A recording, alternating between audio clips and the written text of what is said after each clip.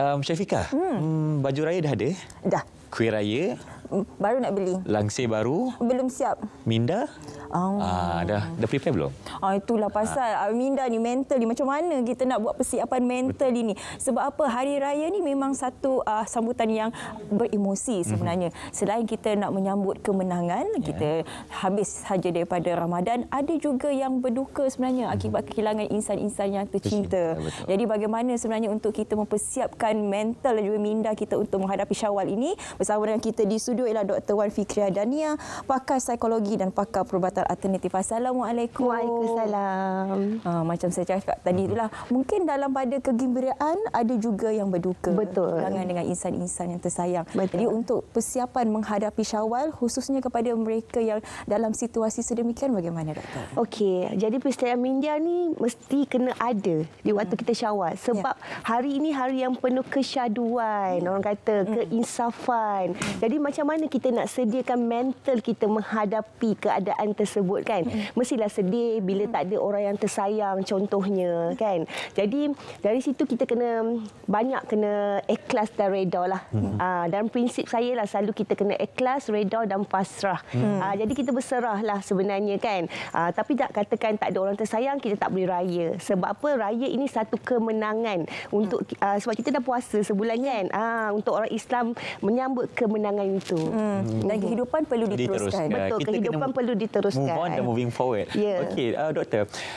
Hari Raya ni Aidilfitri sangat sinonim dengan acara salam bersalaman, minta maaf kan. Tapi kalau ada orang yang tak bersedia untuk memaafkan, akan berlaku lagi pertilakahan yang selepas itu. Jadi bagaimana untuk kita menyediakan mental kita untuk Hari Raya itu, kita kalau boleh kita berikan kemaafan. Okey, sebenarnya kita kena ready lah. Ini malam-malam terakhir Ramadan dah. Lagi 9 hari kita nak menyambut ke Ramadan. Betul, 9 hari kan? Okey, jadi kita menuju ke Ramadan.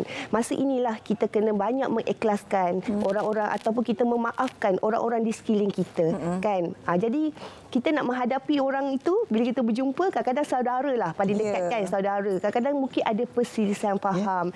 Jadi kita kenalah maafkan. Kita akan rasa macam berat kan. Maaf ni sebenarnya berat. Tapi tak mudah untuk diucapkan sebenarnya. Tapi bila kita reda dan kita ikhlas dan kita pasrah, insya-Allah kita boleh hadapi benda tu. Sampai bila kita nak lakukan macam tak bermaafan, gaduh-gaduh kan. Sebab hidup pun takkan tenang kalau kita gaduh-gaduh ni kan. Jadi mulakan senyuman. Mulakan senyuman kita. Jadi okey, tak apalah, saya lupakan kosong-kosong. Kosong-kosong katakan. Okey, tak nak gaduh-gaduh dah, saya minta maaf kan. Jadi saya minta maaf dengan apa yang saya nak buat tu. Jadi kita, orang kata bila kita dah maafkan tu, kita rasa tenang tau. Kita rasa bebas. Sebebas-bebasnya. Jadi kalau orang tu tak nak maafkan kita, itu antara dia dengan Allah lah. Bagi saya. Tapi bagi kita, memaafkan ni memang sangat susah sebenarnya. Lagi-lagi ada perkara-perkara yang orang kata yang buat kita annoying sangat, yang rasa macam berat sangat kan sebenarnya untuk memaafkan kelakuan orang tu. Kadang-kadang kita kena fikir kalau secara positif, mungkin orang tu kita rasa kita dah baik kan. Mungkin orang tu dia nak belajar lagi baik sebenarnya, tapi dia tak tahu macam nak buat baik. Kadang ada orang dia tak tahu macam nak buat baik. Kadang tingkah laku dia, percakapan dia ingat biasa-biasa, tapi bagi orang lain mungkin luar biasa, mungkin menyakitkan hati. Jadi dari situlah setiap percakapan kita sebenarnya kita kena tapis. Betul ke, ataupun kita bila kan kita penuh emosi sebenarnya kan. Saya pun penuh emosi kadang-kadang kan. Tapi saya akan tapis balik. Saya akan tapis balik, saya akan saya minta maaf ya. Tadi saya cakap saya minta maaf. Mungkin kata-kata saya ini mungkin menyakitkan hati macam tu kan. Jadi kita tak nak kadang-kadang seorang tu kita tahu cakap kita ni mungkin tak ada apa-apa, kita rasa kita marah, tapi tiba-tiba orang tu rasa macam tersentap dengan perkataan kita, terkesan dengan perkataan kita kan. Jadi mungkin membuatkan orang tu lebih macam depres. Kadang-kadang pesakit-pesakit ni, banyak kadang-kadang pesakit saya hadapi ni, dia depres dengan kata-kata orang. Terlampau memikirkan kata orang yang nak bagi kat dia. Macam tu. Itulah, kalau kita nak balik ke kampung, persediaan dari segi fizikal satu perkara. Betul. Tapi persediaan dari segi mental dan emosi untuk menerima soalan cepu cemas. Bukan cepu cemas, dia cemas. Kita dengar soalan tu kita cemas. Bila nak kahwin, bila dapat anak, anak nombor 2, yang itu. Sebab tu saya kata persiapan mental tu kena ada. Jadi kita dah tahu dah, okey saya dah kahwin lama, contoh kan saya dah kahwin lama, tak ada anak lagi. Jadi kita tahu dah perkataan-perkataan tu. Mungkin ada orang dia sangat sensitif dan dia rasa macam tak naklah pergi mana-mana, tak nak jumpa orang. Sebab apa? Dah berapa 10 tahun kahwin masih tak ada anak. Kadang-kadang masih lagi 2-3 tahun kahwin tak ada anak. Kan? Jadi persediaan tu pentinglah, tak apa. Rezeki tu Allah bagi. Kita kena jawab perkataan simple je. Kan? Tapi saya nasihatkanlah bagi macam orang-orang yang tahu kita punya masalah. Contoh tak ada anak. Ataupun orang tu dah baru menjanda atau menduda. Kan? Janganlah mengeluarkan perkataan-perkataan macam tu. Mungkin anda tak tahu perkataan itu mungkin memberi kesan yang mendalam bagi seseorang dan boleh mengacau, orang kata mengganggu mental dia. Jadi jaga perkataan. Amalkan konsep kalau tak bagi tahu jangan tanya-tanya. Kan? Kalau kita tak pasti jangan kongsi. Yang ni tak tahu jangan tanya-tanya. Tak tahu jangan tanya. Selalu jangan kongsi kan. Ni jangan tanya-tanya. Kan? Dan tahu tu jangan tanya-tanya. Mungkin anda tak tahu perkataan anda itu mungkin akan membuatkan seorang itu terkesan dan boleh kacau jiwa dia dan mental dia. Ya, dan kalau kita nak bercakap sedikit mengenai persiapan kepada ekonomi keluarga kan, lagi-lagi Syawal ni akan datang seiring dengan masuknya persekolahan anak kita nanti kan. Jadi bagaimana untuk kita ada satu mindset untuk kita menjaga dan mengawal keadaan ekonomi keluarga.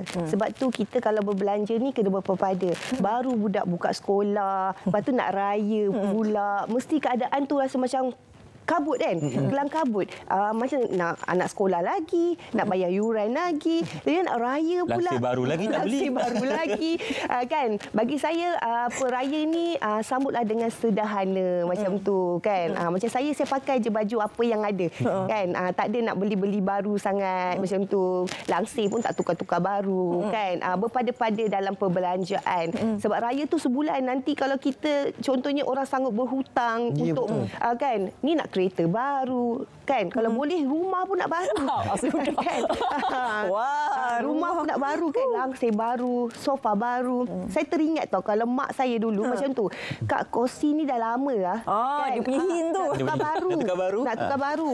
Ni langsir ni tak beli lagi lah macam tu, nak baru juga kan. Macam kita tengok biru, semua nak biru pula. Sebab mindset ni daripada mak-mak kita dulu-dulu, bila raya je semua nak berubah, semua nak baru.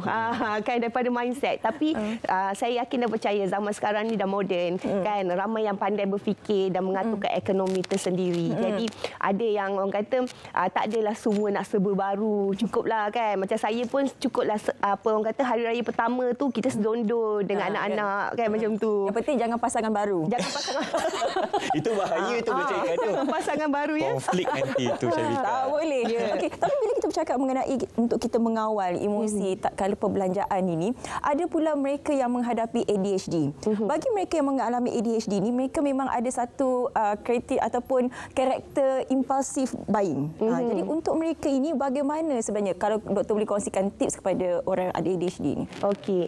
Orang yang macam ni sebenarnya kan, dia kena ada seseorang yang membantu dia untuk mengawal semua tu sebenarnya. Kalau tak ada orang yang mengawal tu, dia agak payahlah. Dia agak susah. Dibiarkan aja dia membeli. biarkan saja habis. Semua benda dia nak kan. Semua semua dalaman semua nak baru.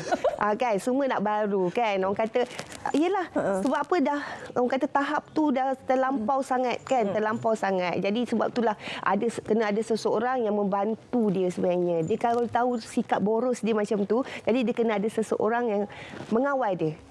Kalau tak ada yang mengawal tu agak susah juga dia nak mengawal diri sendiri sebenarnya.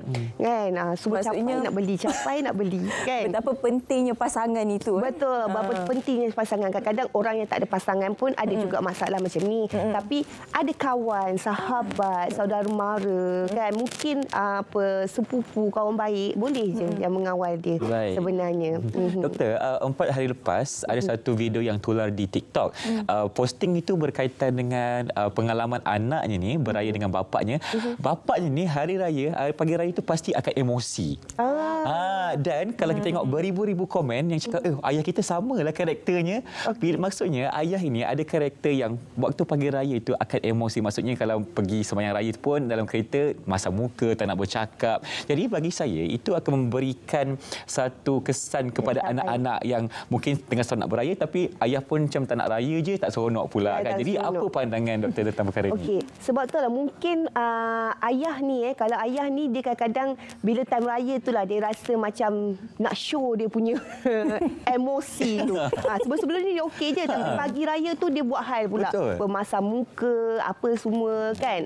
Dari situlah kita sebagai seorang anak sebenarnya jangan terkesan sangat dengan ibu bapa kita sebenarnya. Kadang-kadang ibu atau bapa kita dia nak melepaskan sesuatu tu, kasih sayang dia tu, dia kadang-kadang ada orang dia tak pandai tunjukkan penuh kasih sayang. Ada orang dia tunjuk pakai emosi. Tetapi back to Islam, macam mana kita kena hormat ibu dan ayah kita. Jadi bukalah minda anda, bukalah hati anda, menerima kan. Jangan rasa terkesan sangat dengan sikap ibu dan ayah itu sebab dia sangat tak bagus untuk mental.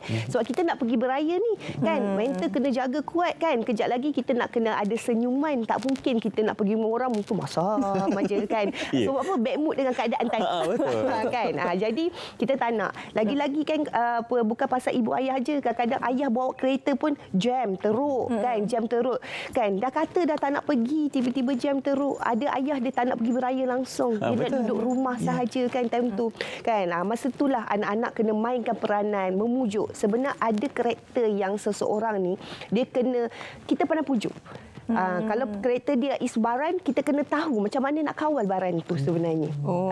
Doktor ada tips tak macam mana tu? Nak kawal baran tu. Kawal baran tu. Kalau saya ni penuh orang kata saya ni penuh orang yang bahagia. Jadi saya penuh kena kadang-kadang lawak jenaka saya. Kadang-kadang kan mengusik. Kadang kalau tahu ayah tu tak suka lawak jaga kita sikit-sikit lah dengan penuh kelembutan lah kita rasa macam tu.